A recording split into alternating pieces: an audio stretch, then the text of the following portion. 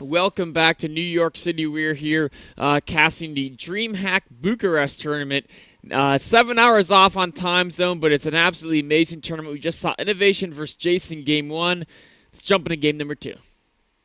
All right, guys, so we're going to be spawning here on Akalon Waste, spawning up here in the top left-hand corner, our purple Protoss player. I love the alliteration whenever there's a purple Protoss player, or pink one. It is Jeysen. And spawn down here in the bottom right-hand corner.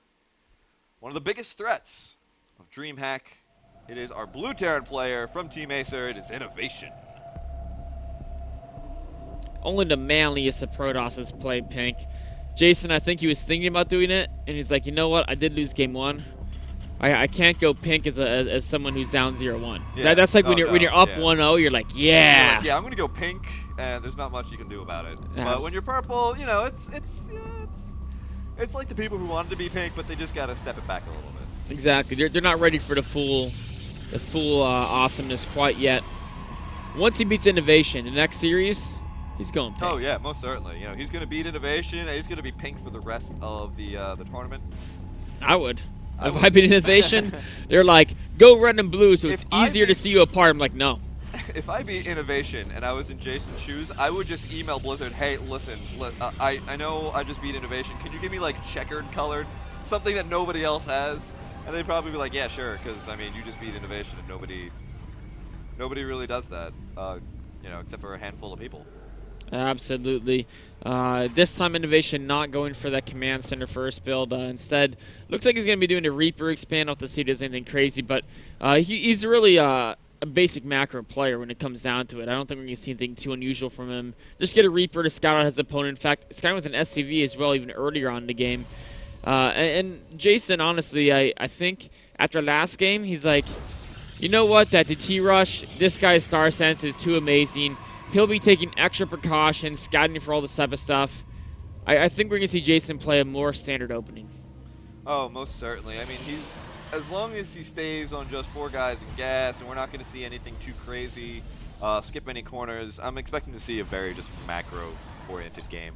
But then again, I mean, you know that a standard Protoss versus Innovation's going to be ready for any type of standard Protoss play. So it's one of those little questions in your head. Do I try and just keep trying to do something really weird to try and catch him off guard, or do I have that much faith in my standard play? We'll have to find out. I mein, Innovation is definitely being extra super safe. We saw him actually send a second SCV to look for proxies down here, along with that first scouting SCV to check out his opponent's base. He's just super on top of making sure he's not caught off guard by anything. Even the Reaper hasn't scouted yet. It's just kind of standing in front of the base. I was just staring at that Reaper. I was like, Reaper, you have jets on your back. You can go anywhere you want right now, but you're just standing, you know, maybe he's just enjoying the vista. Yeah, you know, it's a pretty scenic area, a lot of sand. There's mountains off in the distance, but his fog of war range doesn't actually allow him to see it. Doesn't quite have that long-range eyesight. Yep. Bunker going down here for Innovation, playing a little bit defensive so far. He's being super safe here. Wants to make sure nothing funny goes on and catches him off guard. And even actually putting some damage on the Stalker, and every little bit of damage does add up. But here's Motion Core. Oh, a great time warp. It's going to get the Reaper kill. The Marines actually blocked the Reaper, and that's what lets it go down. That's actually a very minor error by Innovation's part, but... Oh, that last little Marine got in there just barely enough. I think he only had 1 HP left. Mothership Core giving high range above ground vision, so he's allowed to pick off the supply depot. Very nice little win here for Jeysen. Nice little aggression, you know, paid off for him. And he's going for a 1-gate robo behind this. It's a very standard play. Absolutely, but Innovation's so on top of Sky. SCV has spotted everything. Meanwhile, his defense is solid. One Marine gets gunned down on the ramp, but he's going straight to a Widowmine drop. And these are both very standard openings, and the thing that we're going to have to look out for, though, is this is Innovation doing the Widowmine drop, not your average Terran. So even though Jeysen's build should be okay to defend it, he shouldn't take significant damage. It's one thing to defend, you know, a medevac, some Marines, and a couple of Widowmines. Another thing to defend Innovation's medevac with Marines and Widowmines. There's also another thing to defend the single SCV that's just chilling in the middle of Jeysen's base. So Innovation knows absolutely everything that's going on here. And you know what? I wouldn't be surprised if he still was like, you know, I know he's going to have observers. I know he's going to have everything to defend this, but I'm still going to go for it. You know, I don't want to leave these Widow Mines doing absolutely nothing. Well, there's no reason not to. As long as you're on top of that medevac control, which Innovation will be. The one thing you will do, though, we may see that some Terran players, they know the Protoss might be ready, they save the afterburners for the escape plan instead of the way to enter the base. And that can make a difference to whether or not you die those Stalkers as you're trying to get around the base and get that harassment damage done. First observer now out on the map, but it's actually going to go move across the map. Oh, Stalker's intercepting the medevac. He already used the afterburners. A great pickup by Jeysen. He actually gets a 10 supply advantage from that amazing pickoff. And that is going to be a huge advantage here for Jeysen. He now knows that there's going to be absolutely no aggression coming out here. His Colossus Bay has just finished up. Also known as the Robotics Bay, but Robotics Facility, Robotics Bay always confuses me, so I always say Colossus Bay. Mothership cannon going down. One Stalker goes down to Widow Mines, but another great trade for Jeysen. He's actually going to get all these Marines and a Widow Mine. In fact, there was 2 Widow Mines here. Another one was picked off earlier by that Photon Overcharge. Jeysen is looking in a great position so far this game. Yeah, there's not that much back home here for Innovation. He does have all of his macro starting up here. He's got 3 Raxes.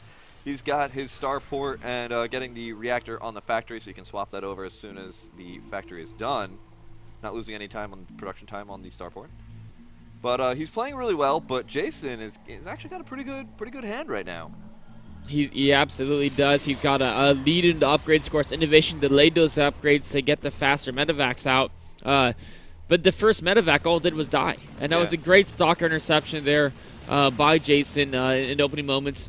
We are seeing Innovation not going for the very fast 3rd CC. Instead, really getting all his infrastructure up, really wants to get that mid-game army developed. The question is, once all his current infrastructure and base is set up to his liking, is the next move going to be a 4th and 5th barracks, or is it going to be a 3rd command center? That's really going to dictate the pace of the game. Innovation is a guy who will very rarely go to 5 barracks off a 2 base, so he's really a big fan of that 3rd CC. But up until then, we're going to get the pleasure of seeing some of those medevac drops now that he's reacting them out of the starport. And he's also going to go for that 3rd command center. So yes, of course, you know, Innovation, very macro-oriented, loves to go for those longer games. He knows that typically he's probably going to have the better end game because he's Innovation, and end game is very difficult. Not many people actually run into end game situations on a very common basis, whereas people like Innovation will train just for, you know, with his teammates just for end game and end game alone. Yeah, it's kind of one of those things where earlier in the game where if the game's a little bit simpler, there's less stuff going on, often it can be whoever makes the first mistake is in trouble. But as the game goes later and more plays are made, there's more decisions having to be made, it becomes whoever makes the most mistakes. And if you think you're going to make less mistakes in Innovation, you're in for a surprise. And here we see the double medevac drop. There is a probe that spotted it, and Jeysen looks like he's going to be absolutely on top of this. Although, wow, the Colossus... Double Colossus out here now, and Innovation's going to have to get out of here as soon as possible. The Stalkers are not going to be able to pick off either of those medevacs. The medevacs are going to go over here, do a little bit more harassment. There are 3 Stalkers that spawn down here for some reason. Going to try and take out one of those medevacs, but unsuccessful.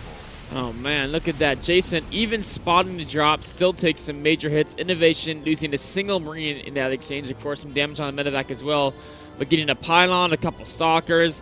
And meanwhile, of course, he's delayed Jeysen's 3rd base, while his 3rd base is basically almost an orbital. Yeah. His 3rd base is completely operational.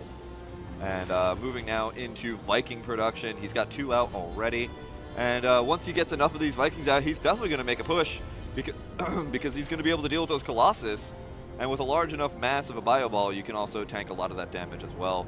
Jeysen moving out across the map. He's got a couple of Stalkers and Colossus, but I'm not sure he's going to be able to do too much damage here. Well, right now we do see the fact that Innovation's starport production is slightly behind. Only 2 Vikings against the 3 Colossus that are not pushing his 3rd base. And that's going to give Jeysen a chance to be very cost-efficient in this engagement. But to do so, he's going to need more sentries or zealots or something to get up front and tank the damage. You either need the force fields to keep the bio back, or zealots to take the damage. Right now, he's just Stalker Colossi, and definitely he can take out the Vikings. but I'm really worried about how he's going to trade against all the Marauders here. Yeah, the control is going to have to be absolutely spot on here for Jeysen in order to do a lot of damage. But if he is able to zone out those Vikings, he's going to be able to do a lot of damage to the Bio Ball with those 3 Colossus that also have +1/+1 in armors and weapons. Nice upgrades there for Jeysen. 1 upgrade advantage at the moment. He's trying to push at the 2, but looks like Innovation is going to equalize the upgrades in just a second here. Pushing on now with a sizable force.